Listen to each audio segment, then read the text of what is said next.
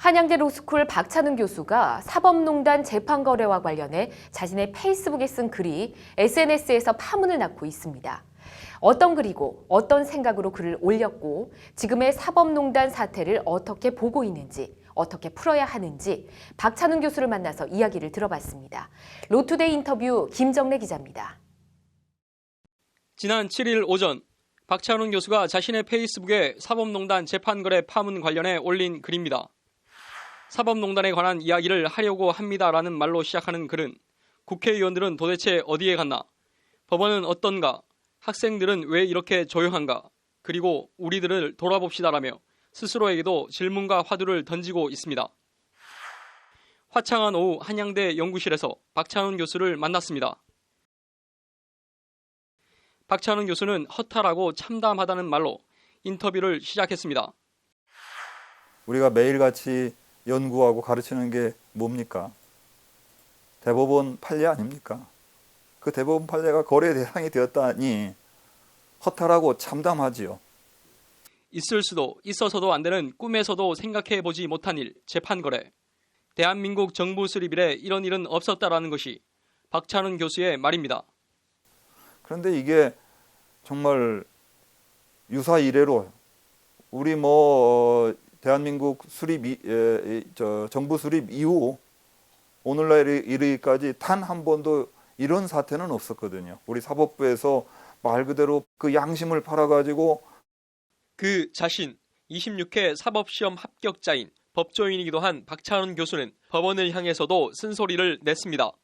일선 판사들이 이런저런 노력을 안 하는 건 아니겠지만 한참 부족하다는 겁니다. 제가 보기에는 그 사법 파동이 있었을 때 그 원인된 그 사정들이 있었지 않습니까? 그것에 비하면은 10배, 100배의 지금 사건이 일어났거든요. 과거 사법 파동과 같은 그러한 일이 말 그대로 10번, 20번이 지금 일어나도 지금 시원찮은 지금 상황인데 전국의 법관들이 왜 이렇게 조용한가? 출세가 그리 중하냐는 건데 전직 고위 법관의 증거인멸 논란에 대해선 법원도 공범이라고 목소리를 높였습니다. 결국에 가서는 그 혐의자가 그 증거를 인멸할 수 있는 그런 기회를 줬다라고 하는 것은 그건 결국 그 법원도 공범 아닙니까? 저는 법원이 이건 책임져야 된다. 박찬웅 교수는 그러면서 정치권을 향해서도 날을 세웠습니다. 무슨 일만 터졌다 하면 특검이다, 국정조사다 시끄러웠던 국회가 사상 초유의 재판거래 파문에 대해선 왜 이렇게 조용한지 도무지 이해가 가지 않는다는 겁니다. 사실은 이것보다도 그 비중이나 어떤 경중이나 이런 면에서 10분의 1, 100분의 1도 안 되는 사건에서는 우리 정치인들이, 우리 국회의원들이 어떻게 했습니까? 특검하자, 국정조사하자, 아주 말 그대로 득달같이 달려들었지 않습니까? 근데 왜 이 사건이 이렇게 조용합니까? 뭔가 캥기는 게 있거나 들춰봐야 이득되는 게 없어서 그냥 무시하는 게 아니면 이럴 순 없다는 겁니다. 유사 일에 우리 헌정사에 초유의 일이 발생했는데도 불구하고 우리 정치인들이 이렇게 아무것도 하지 않는다라고 하는 건 뭔가 이상하지 않습니까? 이건 말이 안 되는 겁니다. 제자이자 후학, 미래의 법조인, 로스쿨 학생들도 박찬웅 교수의 질타를 피해가진 못했습니다. 아무리 이 법학 공부에 치여가지고 또 변호사 시험 준비에 그 부담이 있다 하더라도 우리 젊은 미래의 법률가들이 이런 문제에 대해서 외면할 수는 없는 것 아닙니까? 과거에 우리가 그 민주화 시대에 그 젊은이들은 도대체 어디에 가 있습니까? 그리고 이윽고 박찬웅 교수의 질타와 비판은 대한민국의 로스쿨 교수들, 박 교수 자신으로 향했습니다. 법학 교수로서 존재의 의의마저 부정당하는 사상 초유의 재판거래 사태에 목소리를 내는 교수들이 너무 적다는 겁니다.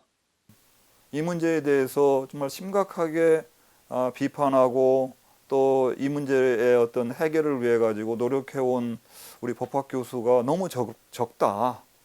이런 어떤 자괴감이 정치권도 법원도 학생들도 눈감은 현실.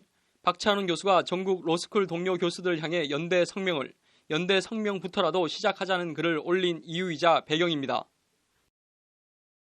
우리 사실은 대법원 판례 가지고 먹고 사는 사람입니다. 이 법학 교수, 로스쿨 교수라고 한다면은요. 그래서 정말 간곡한 마음으로 전국의 우리 법학 교수님들께 이 문제에 조금 관심을 갖자, 또 적극적으로 참여하자, 그래서 뭔가를 바꾸어내자, 이런 어떤 호소를 하게. 저의 간절한 바람이 SNS에서 모기 소리 같은 작은 목소리로 끝나지 않도록 같이 동참해달라는 것이 박찬훈 교수의 호소입니다. 누군가는 응답할 차례입니다. 법률방송 김정래입니다.